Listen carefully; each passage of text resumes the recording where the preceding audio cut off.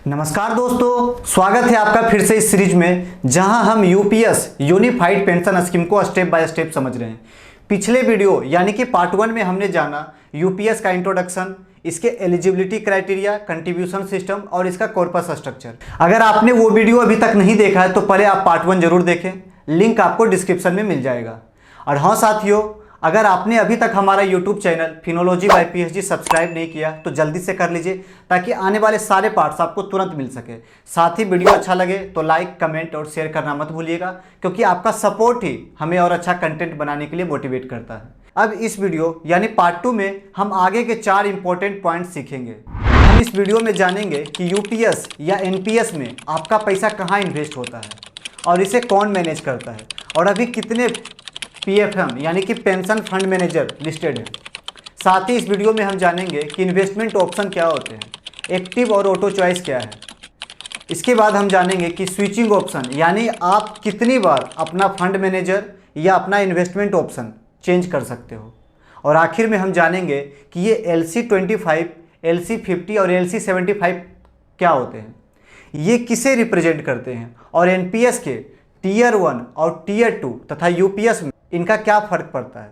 तो चलिए शुरू करते हैं, लेट्स बिगिन द टॉपिक। दोस्तों, अब बात करते हैं एक बहुत ही इंपॉर्टेंट टॉपिक की, जिसमें हम जानेंगे कि यूपीएस या एनपीएस में आपका पैसा आखिर कहाँ इन्वेस्ट होता है।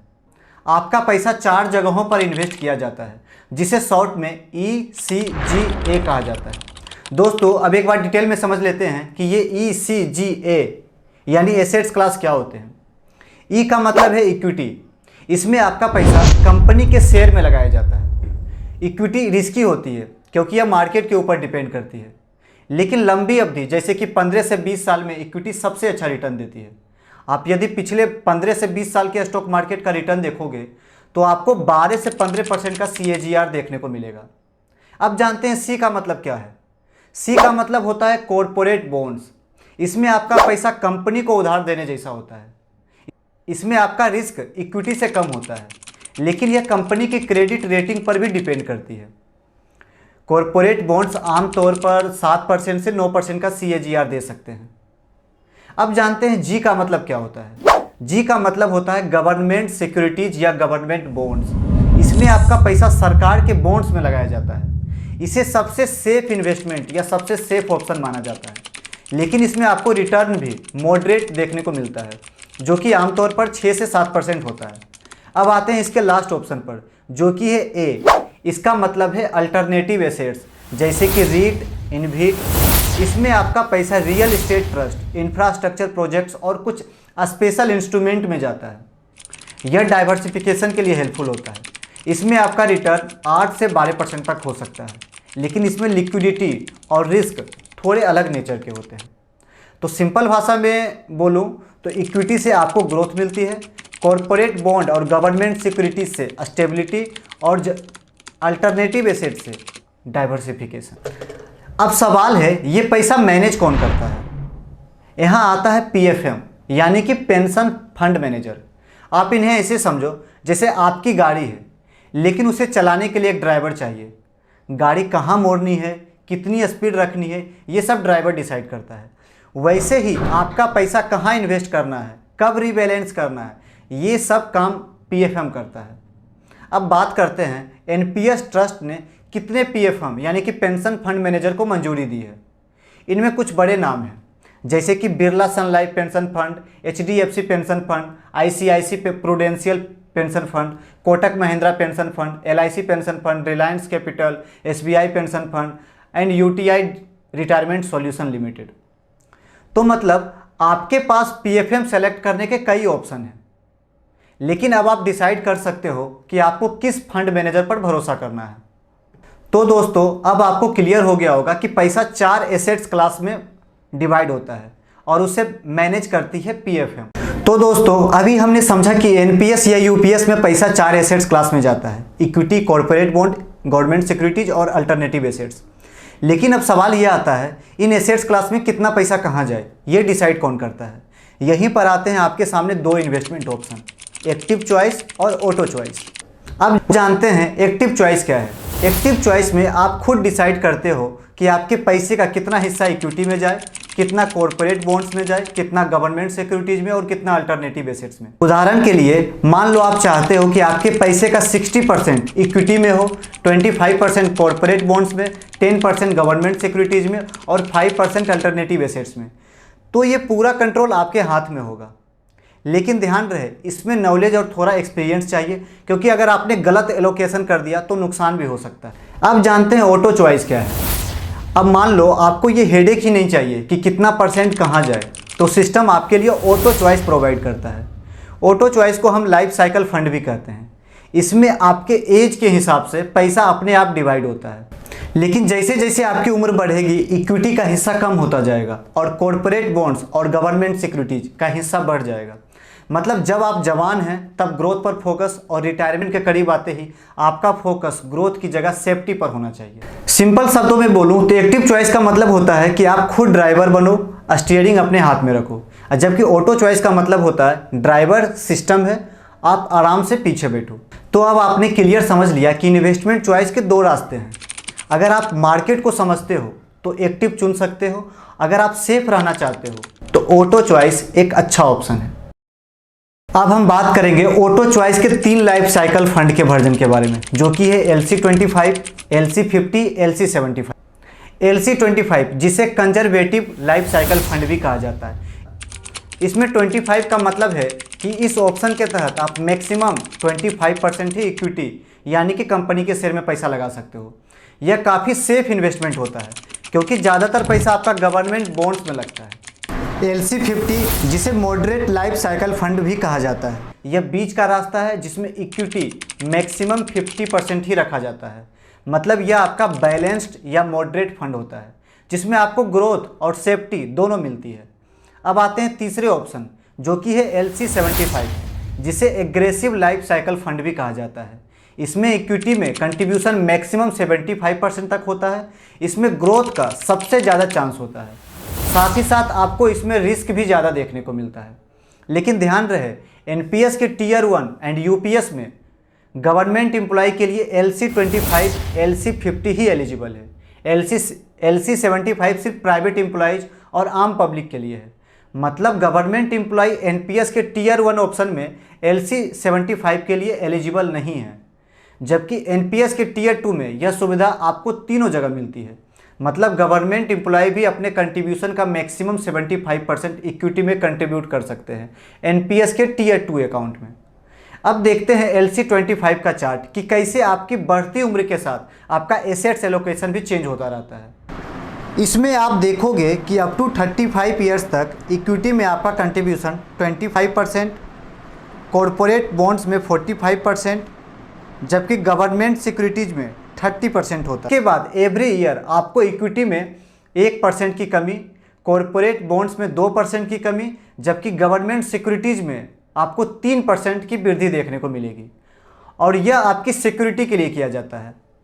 इस साइकिल में आपके 55 ईयर्स तक आते आते इक्विटी का कंट्रीब्यूशन मात्र 5%, कॉरपोरेट बॉन्ड्स का भी 5%, जबकि गवर्नमेंट सिक्योरिटीज़ में आपका कंट्रीब्यूशन 90% तक का हो जाता है। सेम चार्ट आप LC50 के लिए भी देख सकते हो, जिसमें स्टार्टिंग के 35 ईयर्स तक इक्विटी में 50%, कॉरपोरेट बॉन्ड्स में 30% और गवर्नमेंट सिक्योरिटीज़ में आपको 20% तक का कंट्रीब्यूशन देखने को मिलता है। उसके बाद एवरी ईयर इक्विटी में आपको 2% की कमी, कॉरपोरेट बॉन्ड्स में 1% की कमी, जबकि गवर्नमेंट सिक्योरिटीज़ में आपको 3% की वृद्धि देखने को मिलती है। इस साइकिल में आपके 55 ईयर्स तक आते आते आपका इक्विटी का कंट्रीब्यूशन 50% से 10% तक आ जाता है। कॉरपोरेट बॉन्ड्स का कंट्रीब्यूशन भी 30% से 10% तक हो जाता है, जबकि गवर्नमेंट सिक्योरिटीज 20% से बढ़कर 80% तक देखने को मिलती है। अब देखते हैं LC75 का चार्ट, जिसे एग्रेसिव लाइफ साइकिल फंड भी बोला जाता है। इसमें स्टार्टिंग के 35 ईयर्स तक आप इक्विटी में मैक्सिमम 75%, कॉरपोरेट बॉन्ड्स में 10% और गवर्नमेंट सिक्योरिटीज़ में 15% तक देखने को मिलता है। उसके बाद इक्विटी में 4% की कमी, कॉरपोरेट बॉन्ड्स में 1% की वृद्धि और गवर्नमेंट सिक्योरिटीज़ में आपको 3% की वृद्धि देखने को मिलती है। इसमें आपके 55 ईयर्स तक आते आते आपके इक्विटी का कंट्रीब्यूशन 15%, कॉरपोरेट बॉन्ड्स का 10%, जबकि गवर्नमेंट सिक्योरिटीज का 75% तक हो जाता है। अब आपने ऑटो चॉइस के 3 life cycle fund LC25, LC50 और LC75 के बारे में जाना। अब सवाल आता है कि आखिर कंट्रीब्यूशन क्यों बदलता है। इसका कारण है कि आपके अर्ली एज में आपके पास ज़्यादा समय होता है और आप उस टाइम रिस्क झेल सकते हैं, इसलिए इक्विटी और कॉरपोरेट बॉन्ड्स पर ज़्यादा पैसा जाता है ताकि आपको ग्रोथ मिले। लेकिन जैसे जैसे एज बढ़ती जाती है आपका रिटायरमेंट नज़दीक आता है और आपका पैसा सुरक्षित रखना जरूरी होता है, इसीलिए इक्विटी और कॉरपोरेट बॉन्ड्स का कंट्रीब्यूशन कम करके गवर्नमेंट सिक्योरिटीज़ में डाल दिया जाता है, क्योंकि यह सबसे सेफ इन्वेस्टमेंट माना जाता है। मतलब आपके अर्ली एज में ग्रोथ फोकस होता है और ओल्ड एज आते आते सेफ्टी फोकस मोटिव हो जाता है।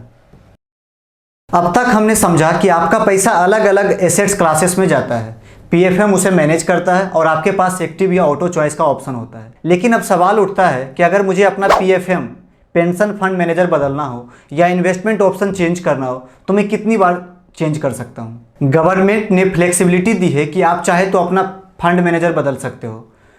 1 फाइनेंशियल ईयर में आप मैक्सिमम एक बार अपना फंड मैनेजर चेंज कर सकते हो।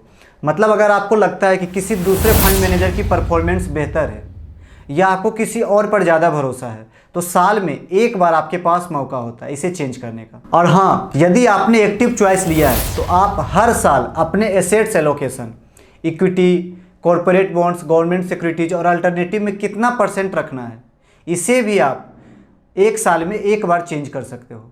ये ऑप्शन आपको टीयर 1 और टीयर 2 दोनों अकाउंट्स में अवेलेबल होता है। इसके अलावा यदि आप इन्वेस्टमेंट ऑप्शन यानी एक्टिव से ऑटो या ऑटो से एक्टिव भी बदल सकते हो।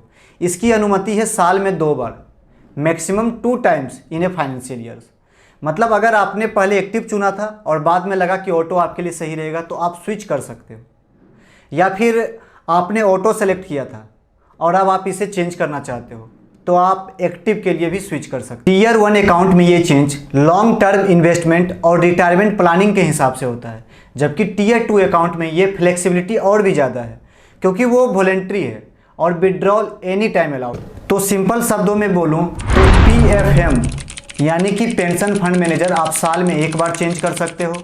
इन्वेस्टमेंट चॉइस आप साल में 2 बार कर सकते हो, जबकि एक्टिव एलोकेशन में आप ECGA का परसेंटेज चेंज आप साल में एक बार यूज कर सकते हो। तो दोस्तों, आज की इस वीडियो में हमने जाना कि आपका पैसा एनपीएस और यूपीएस में कहाँ इन्वेस्ट होता है और इसे कौन इन्वेस्ट करता है, और हमने देखा कि एनपीएस ट्रस्ट के अनुसार कितने PFM pension fund manager listed हैं और उनका रोल क्या होता है।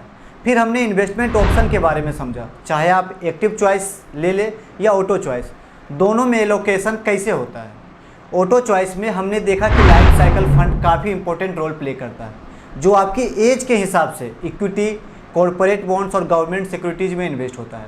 साथ ही हमने जाना कि आप एक साल में मैक्सिमम एक बार अपना फंड मैनेजर चेंज कर सकते हो और इन्वेस्टमेंट ऑप्शन भी एक्टिव से ऑटो या ऑटो से एक्टिव शिफ्ट करने की फ्लेक्सिबिलिटी होती है, क्योंकि 1 फाइनेंशियल ईयर में 2 बार स्विच हो सकता है। एक्टिव ऑप्शन में आप खुद परसेंटेज डिसाइड करते हो कि इक्विटी, डेब्ट और गवर्नमेंट सिक्योरिटीज में कितना पैसा इन्वेस्ट हो, जबकि ऑटो ऑप्शन में ये ऑटोमेटिकली लाइफ साइकिल के हिसाब से एडजस्ट होता है। तो अब अगली वीडियो में हम डिटेल में समझेंगे कि एनपीएस और यूपीएस में विड्रॉल और प्री मैच्योर विड्रॉल का क्या रोल है, और साथ ही साथ जानेंगे कि रिटायरमेंट के बाद आपको क्या क्या बेनिफिट्स मिलते हैं। और हाँ साथियों, यदि आपको ये इन्फॉर्मेशन अच्छी लगी हो तो वीडियो को लाइक, कमेंट और शेयर ज़रूर करें। और अगर आपके मन में इस टॉपिक को लेकर कोई भी डाउट है तो आप कमेंट बॉक्स में लिखकर पूछ सकते हो, मैं आपको नेक्स्ट वीडियो में इसका जवाब दूंगा। चलिए दोस्तों, मिलते हैं अगली वीडियो में एक नए टॉपिक के साथ। तब तक के लिए स्वस्थ रहिए, हंसते रहिए और सीखते रहिए। जय हिंद साथियों।